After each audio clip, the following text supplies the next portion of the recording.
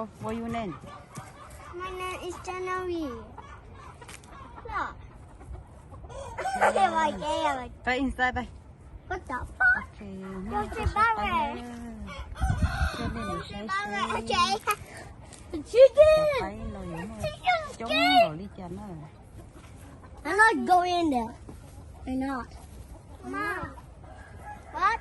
Is that your chicken? Huh? Is that your chicken inside? No. Cái chống của nó mà chỉ có cái thẻo. Nè có pháo hay thì cô pháo đi mà. Đi giống như này giống mấy lứa cái gì nè. What is that thing?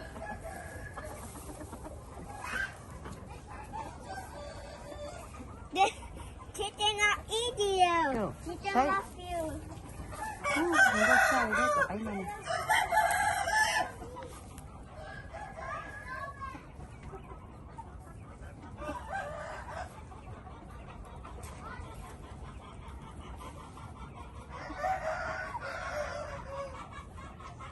Này thì tôi cái chú chó đi là theo trong cái lo mà nhưng có cái thấy đó chỉ chịu cái thấy đó biết tụi con nó thấy là lục phải tiệt con lính cày lính con này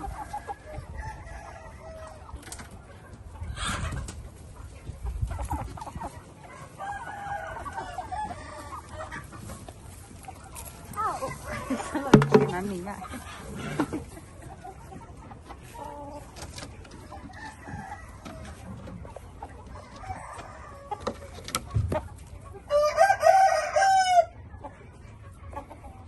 rồi như là nước ở trong cái chả thấy này ok lò bé một sấy chồng tụi nó luôn Where? cho kiện gì nó đi cho kiện cho mà mình mua cô mình thấy thật trong thì cho nên là sai nó phải trong chỗ nó để luôn trong nó này oh no what are you doing oh no man okay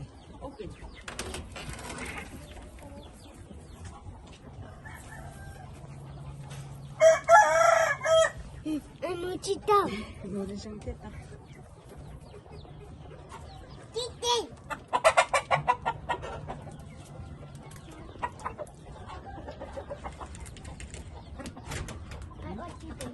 dạ chỉ cần xay vô nữa Oh. Chicken need help. nó chỉ cần một con xay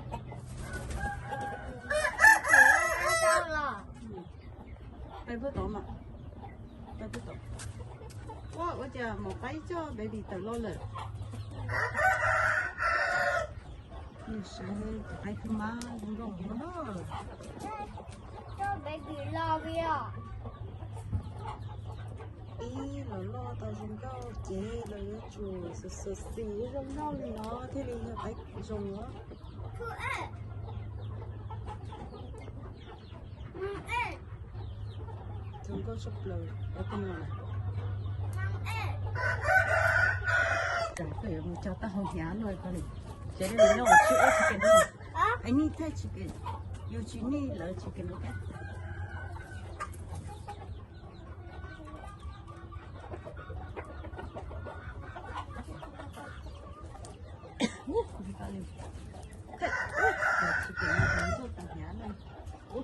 hiểu ít biết tỏi hả scary tí tí lệ à chân cháy luôn đây scary chicken đi Chicken like you should. cậu tao bỏ đuôi rồi chân chicken nó chân nó sẽ shelly nên chơi chicken liều ít lệ nó chỉ mua nó yo chicken nó chỉ yo mua sát đó thế là yo chicken nó xí à nó yo lọc cái gì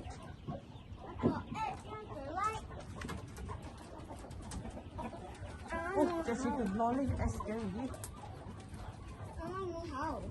no mua hậu ít cái chicken onion chop bay hả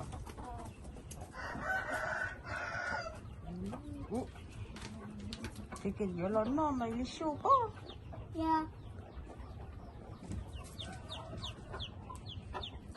Look, baby chicken right here. It's so cute. Cho tụi nó giờ cứ cho nó phải Baby chicken. mua lì Open. Hey. tụi nó bỏ rồi lì tụi nó bỏ shit thế. Baby chicken is so cute.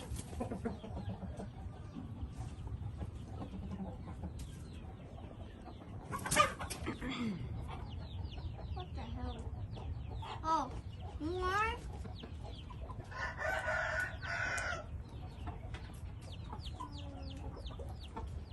Look. Baby, he follow his mommy.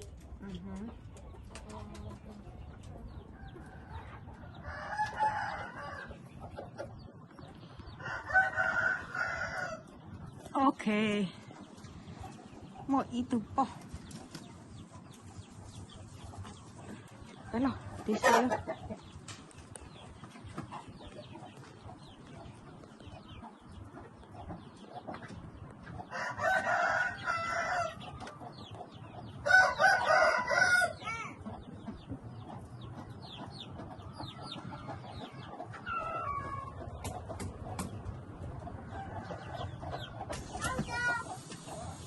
I see you.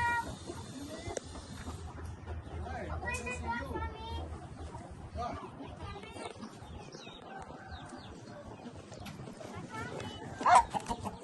Mommy, I love chicken. Scary Lee. Được chưa? How? I love chicken.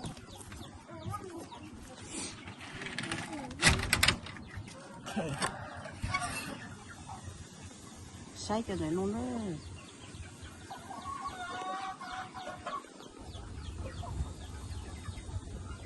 Mình cho sát lạnh đó. Cái tàu tàu đúng qua tàu sát tàu chả lâu chúng tàu lò đấy. Thì chả khá lò thôi quá trong kỹ và tàu nó. Chúng nó lò cùi lâu đi lâu xứ.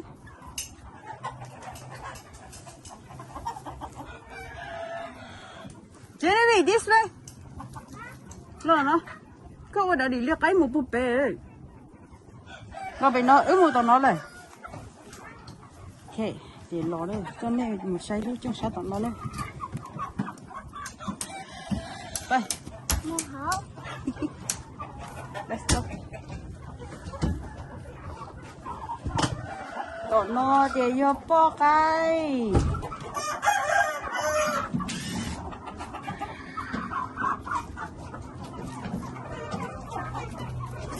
Daddy.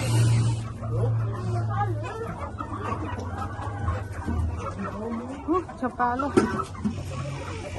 Mua li ở bên tụi lo chơi cho có cái nó theo.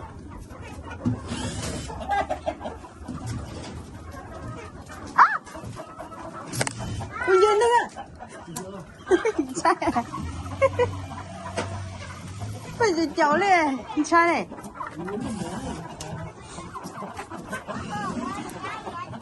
Ok, giờ nó sai cho tụi nó nè. Tụi nó vậy lúc ở trong này cũng mỗi không có lo nhớ được sao tụi nó sẽ.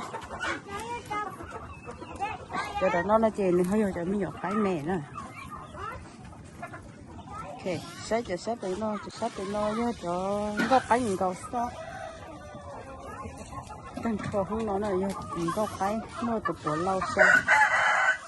Lúc xếp tụi nó chè nha. Cho mới nhọt cái tụi nó dùng thuốc đi để xí mà cho nó là chỉ mua một phút lia cho nó mà cho sữa cái gà chủ cho nó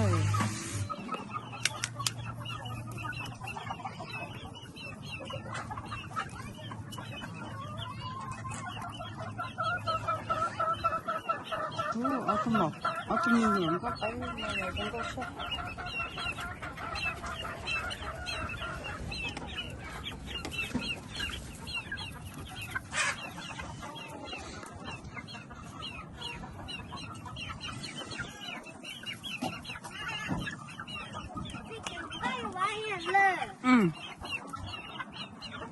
chicken hậu đây đó chưa sai chicken The chicken. No, no. thì khác chicken đi nó mà muốn đi nó xin nó thôi đi chung xin nó đó What? cái tên là hậu lấy đây đó I want to try it. hậu đây kia nó hậu kia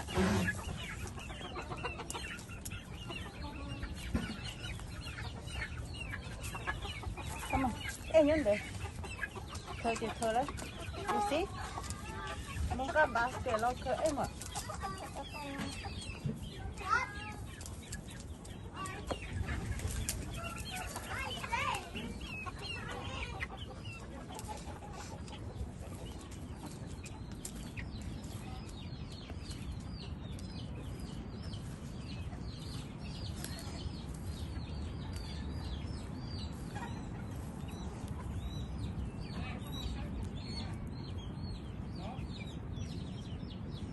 tên cho nó là chỉ mình sẽ được những cái cái thì được có lôi ra xuống mà có chuyện nó sẽ những được cái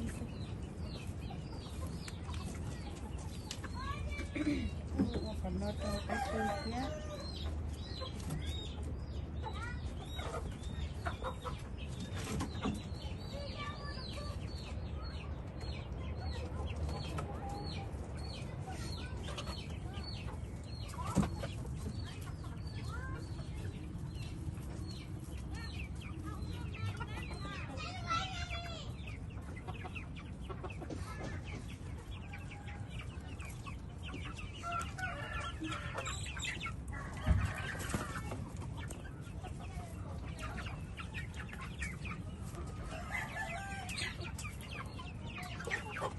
rồi thì lấy cái cho mình cái tay đó chỉ ra kìa chỉ nó có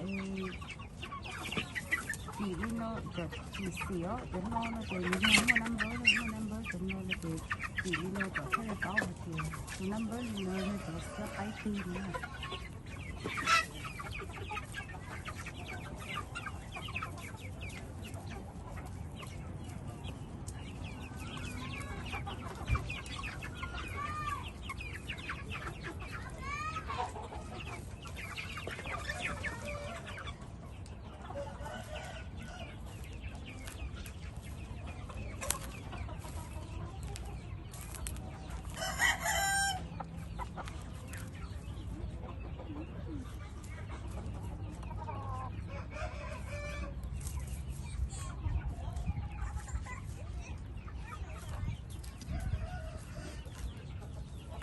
vẫn có cái nữa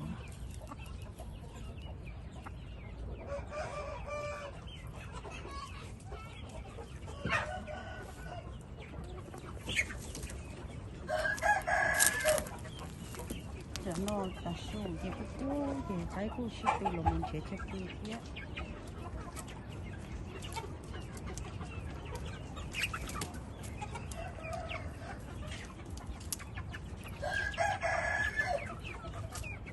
chống con bò lên nó có chỉ cần tiền vô em bên đó chờ hôm đây đâu cái đấy nữa một ít lúa ỉa lúc nào xí là nhân dân ta xí xìa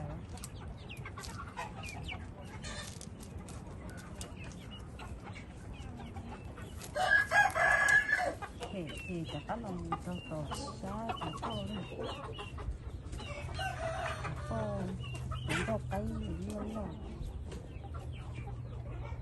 thì phải không luôn chỉ cần có thở tay này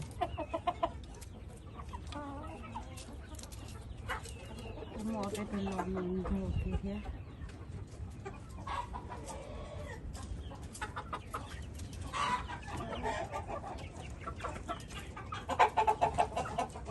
thế chỉ nó sắp để thế nào như thế nào phải là mình sai nó sắp để cho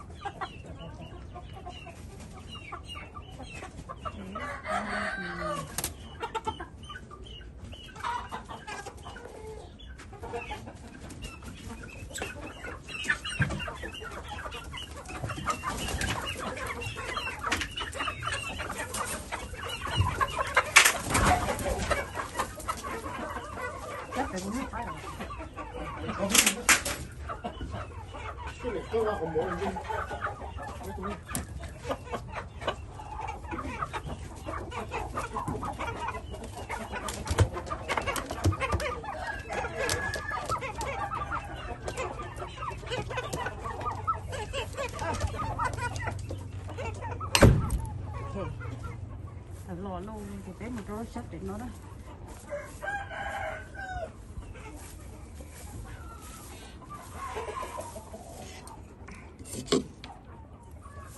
chấm một cá trống rồi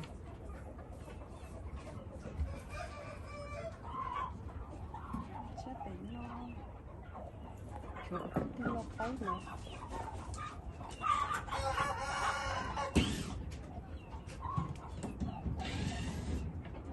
chú cho nhé sát tổ theo chú cho nhé sát tổ theo chỉ phải hãy nó nè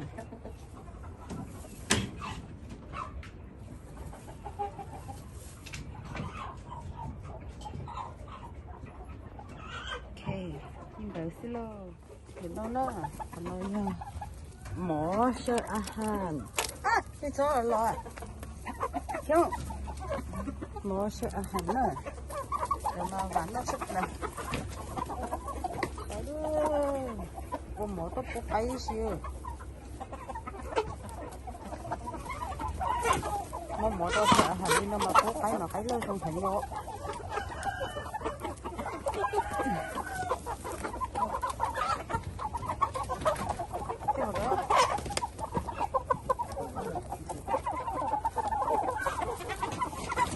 cho phá luôn liệu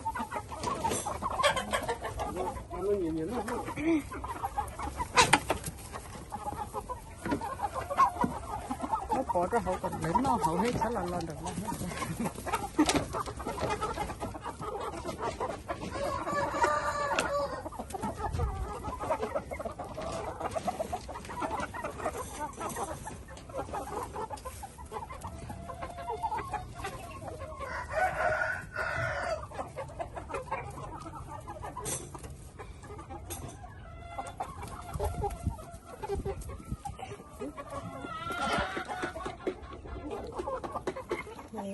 cả nó xúc xù để tới là có ai ơi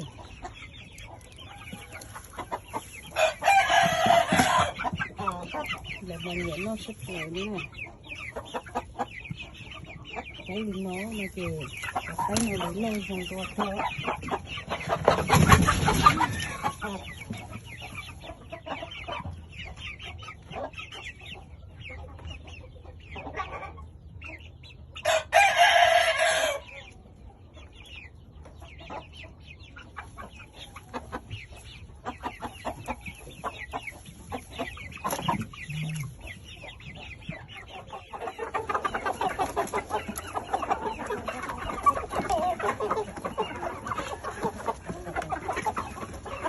theo nó xúc mới lên cái này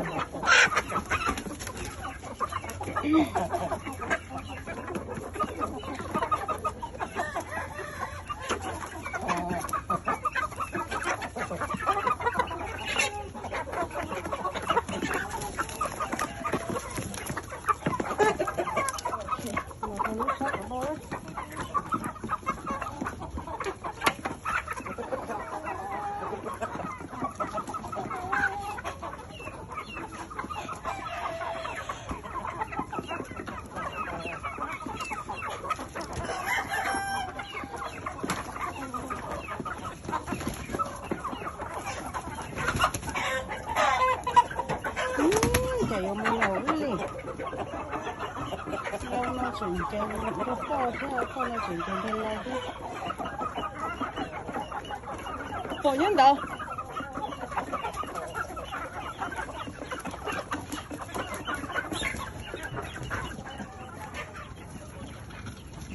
mà nó tài chính ông phú lên nữa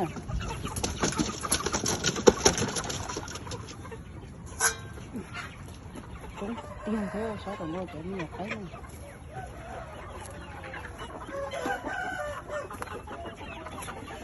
này cái gì tôi yêu cái là phải chỉ thế cho lại tôi yêu lại tôi được có cái nào kia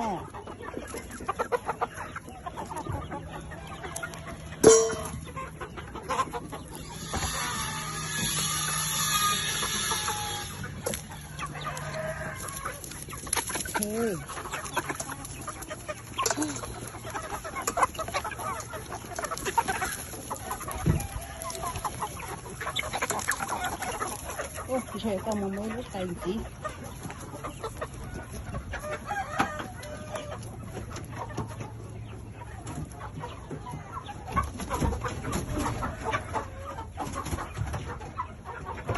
cho mình chỉ là vì hơi chơi ít sách từ chút kìa để cho mình chỉ nữa rồi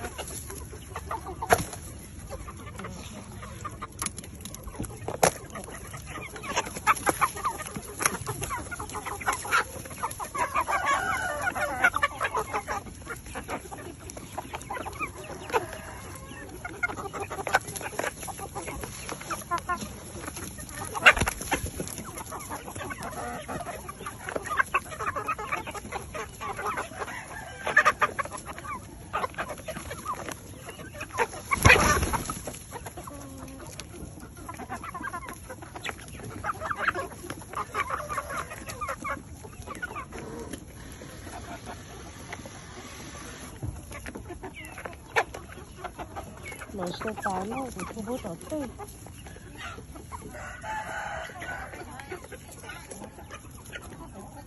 để chú bố là tên này rồi nó số tàu đấy bây giờ lọt con thọt này chống thấy này bố tàu tên này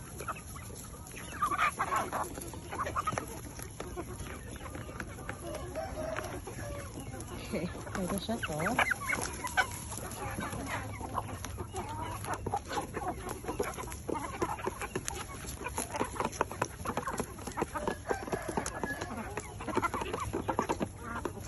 cho nên nó cũng thổi còn thành chỉ hội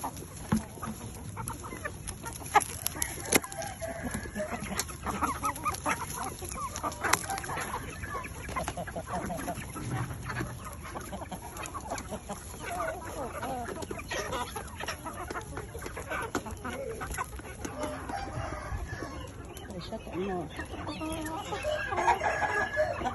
trời cái gì xí nó cay này